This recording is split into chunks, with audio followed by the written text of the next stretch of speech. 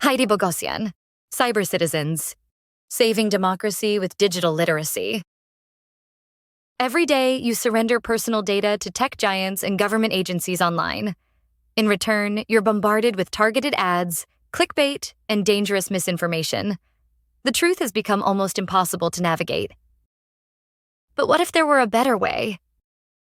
This blink reveals how digital interconnectedness threatens democracy, and what you can do to save it. On top of practical tools for digital self-defense, you'll discover why the internet is ripe with political extremism, why surveillance capitalism has gone unchecked for so long, and how new privacy laws are challenging the status quo.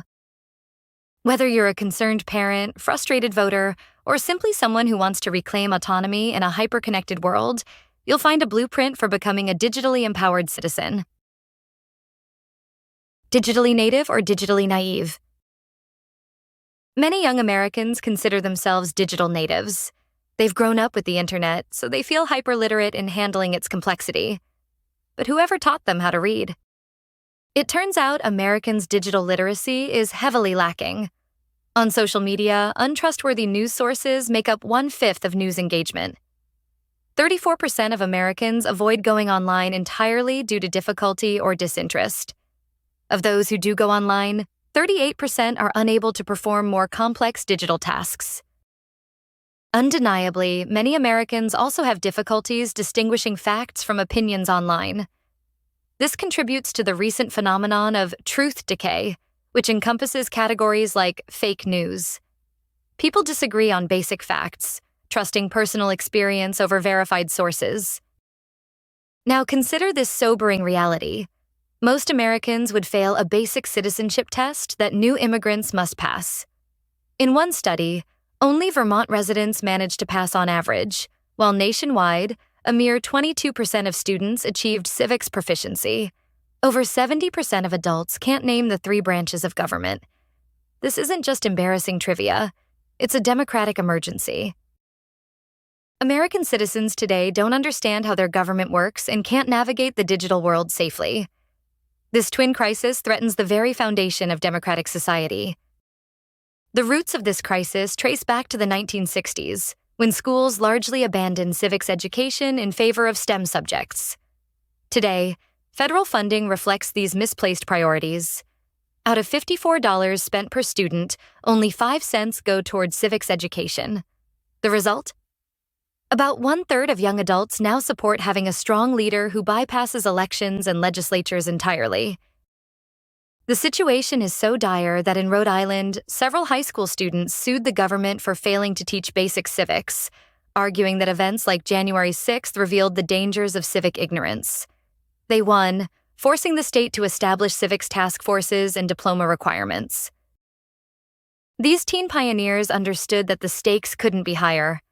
Without proper civic education combined with digital literacy, citizens become vulnerable to manipulation and disinformation, potentially undermining democratic participation itself. The digital danger zone. Let's face it, the internet can be a mean, scary place. Just a click away from cute animal videos and cooking tips, you'll find some of the most evil, hateful, and manipulative content that humanity has to offer. The digital age has brought an unprecedented transformation of how misinformation and propaganda spread. What once required physical meetings and printed materials now happens instantly across global networks, making everyone more vulnerable to manipulation by extreme positions than ever before. Consider how white nationalist movements have evolved since the 1980s bulletin boards. Spreading across platforms like Telegram and 4chan, the obscure 1978 neo-Nazi novel called The Turner Diaries has now inspired over 200 murders. Even after the January 6th attack on the Capitol, users celebrated by comparing the event to a chapter in the book, showing how viral extremist content reaches massive new audiences. The recruitment tactics have become disturbingly sophisticated. Some extremists now target young people through gaming platforms like Roblox and Call of Duty, using humor and memes to gradually introduce radical ideologies. 15% of young gamers now encounter white nationalist themes in their online spaces. The Buffalo shooter who killed black shoppers in 2022 later posted on Discord that he owed his ideology to the game Blood and Iron. Meanwhile, scams exploit our digital illiteracy with devastating results to individuals. Take the story of elderly New Yorker Louise, who sent over $250,000 from her retirement to scammers who gained her trust over months. Identity theft now affects 1 in 10 Americans annually, largely because people lack basic digital hygiene practices. Foreign actors have learned to weaponize these vulnerabilities on a large scale. After the 2016 election, Russian operatives bragged how Americans couldn't distinguish their fabricated political posts from real ones. The fake Russian Black Matters site actually gained more followers than the real Black Lives Matter, succeeding because Americans couldn't verify sources or distinguish authentic content from manufactured disinformation. New technologies are only making things worse. AI tools can hallucinate false information, while deepfakes enable sophisticated video manipulation. Shockingly, 96% of this technology is currently used to create non-consensual pornography targeting. Technologies for creating manipulative content are becoming cheaper, more sophisticated, and easier to use. A perfect storm where anyone can become both victim and unwitting accomplice in spreading digital deception. Our new digital overlords. Remember Google's whimsical company motto, "Don't be evil"? It seems this lighthearted mission statement didn't prevent them from becoming the world's largest surveillance operation. In the last 2 decades, we've witnessed a dramatic transformation in how technology companies operate, evolving from promises of liberation to a new kind of digital feudalism. Today's tech giants don't just sell products. They control entire digital territories, exploiting users to generate wealth by surrendering their privacy and autonomy. Consider Google's stunning about-face. In 1998, its founders wrote that better search engines needed fewer ads and promised unbiased access to information. They even rejected $3 million from Visa to keep their homepage ad-free. Fast forward to today, Google earns $147 billion annually from advertising, making up 80% of their total revenue. As companies like Google started tracking users across websites, using cookies to build detailed behavioral profiles, simple advertising evolved into what we now call surveillance capitalism. Many of the big tech companies have evolved into uncontested monopolies, and they'd like to keep it that way. Google's anti-competitive tactics are breathtaking in scope. One secret program offered $360 million to Activision Blizzard and $90 million to Riot Games to prevent them from creating alternative app stores. Meanwhile, the privacy promises of the big tech companies prove hollow. Apple built its brand on the famous 1984 commercial, positioning itself as a freedom fighter against corporate control. Yet researchers discovered Apple was secretly tracking users even when they opted out. When requested, the company shares data with law enforcement 90% of the time. The gap between marketing promises and actual behavior is as wide as their profit margin. And the consequences extend far beyond individual privacy. The Cambridge Analytica scandal revealed how Facebook harvested 87 million users' data to create psychological profiles, designing different ads for different personalities to manipulate voting behavior. Voter suppression targeting African Americans became a key strategy, showing how surveillance advertising threatens egalitarian democratic participation. Under today's digital feudalism, we've traded our role as citizens for that of consumers. The big tech companies exploit our human psychology to keep us chained to their products while using their vast resources to lobby against privacy legislation that might protect us. And who's to stop them? The privacy revolution.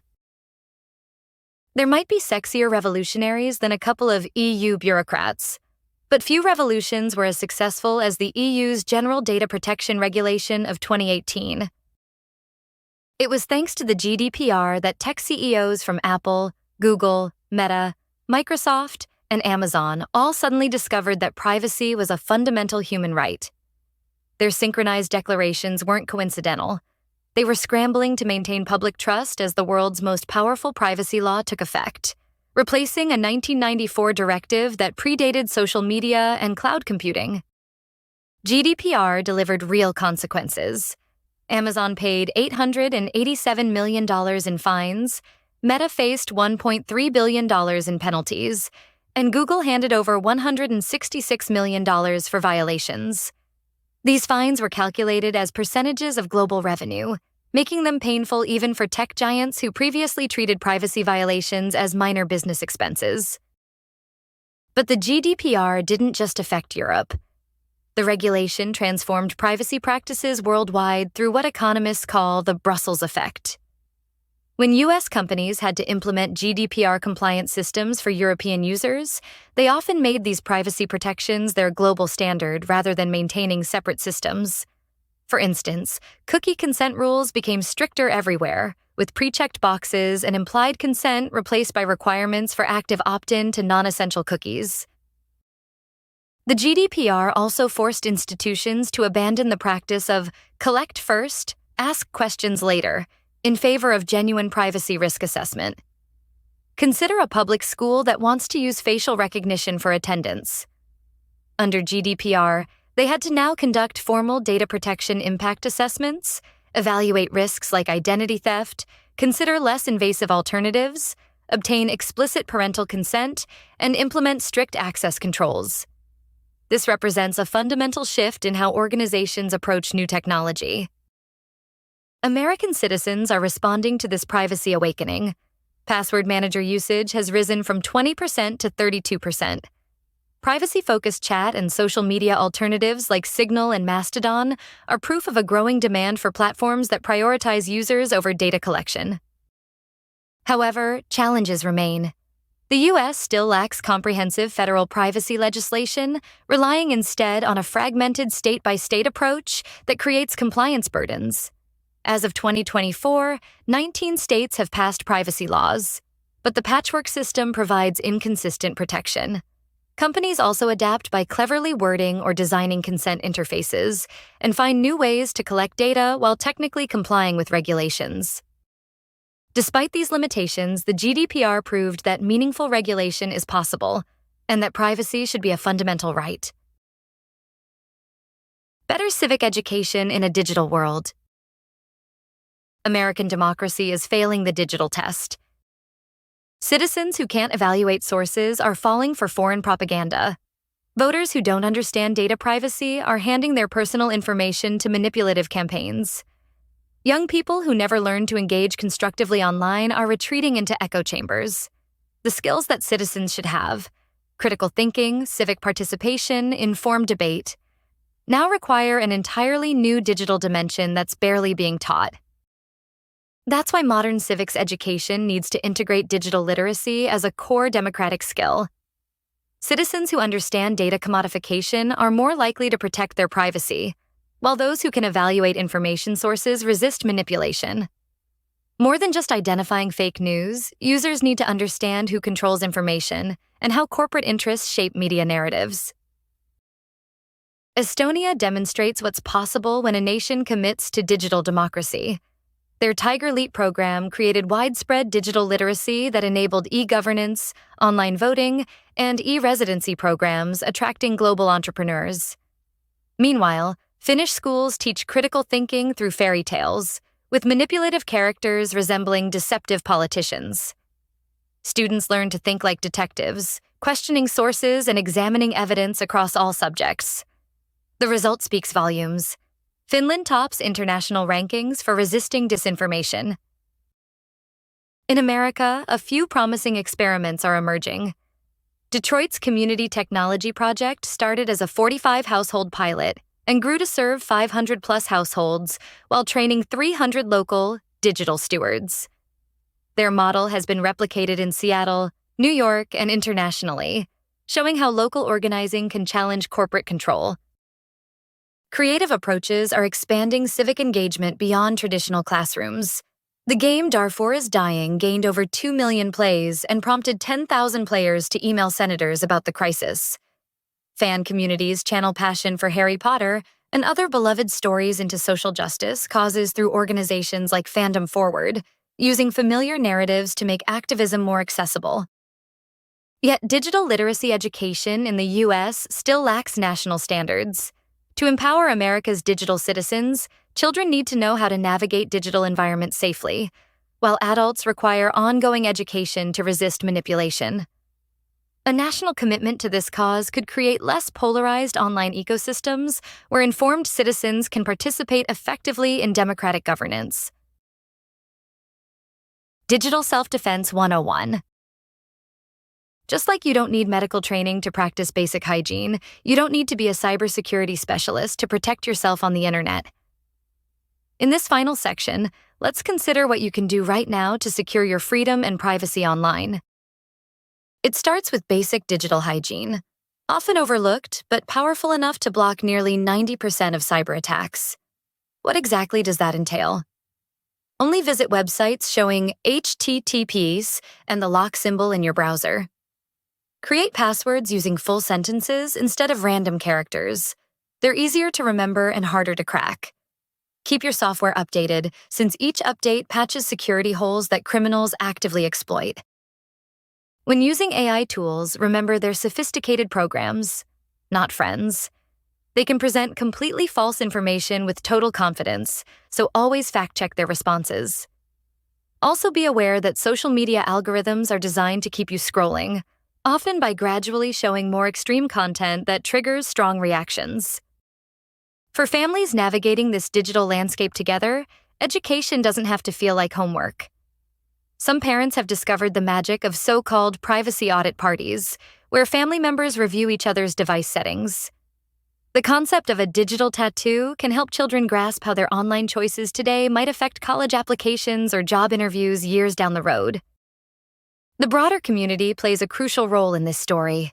Across the US, crypto parties and tech workshops are popping up, creating spaces where neighbors teach neighbors about digital security.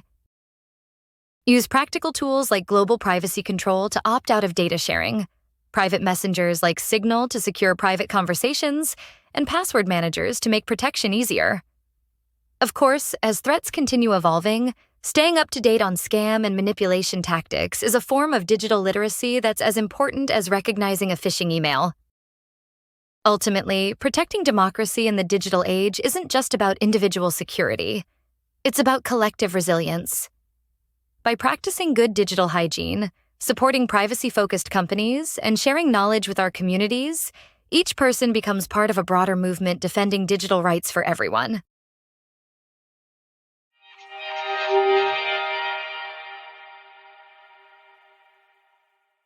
This Blink to Cyber Citizens by Heidi Bogosian argues that digital literacy is essential to preserving democracy. Americans today face a double crisis: low digital literacy and limited civic knowledge. That combination leaves people wide open to online manipulation and extremism. The tech giants haven't helped. What once felt like tools of liberation have morphed into engines of surveillance capitalism, profiting from user data while crushing competition. But it doesn't have to be this way. Regulations like the GDPR show that real privacy protections are possible, and they've already sparked global momentum. The path forward involves bringing digital literacy and civic education together. Citizens should know not only how to stay safe online, but also how democracy works, and how the two connect. By practicing basic digital hygiene, choosing privacy-first tools, and sharing knowledge in your community, you can protect yourself while strengthening democracy. In the end, digital empowerment isn't optional anymore. It's a cornerstone of preserving freedom in a connected world. Okay, that's it for this Blink. We hope you enjoyed it. If you can, please take the time to leave us a rating. We always appreciate your feedback. See you soon.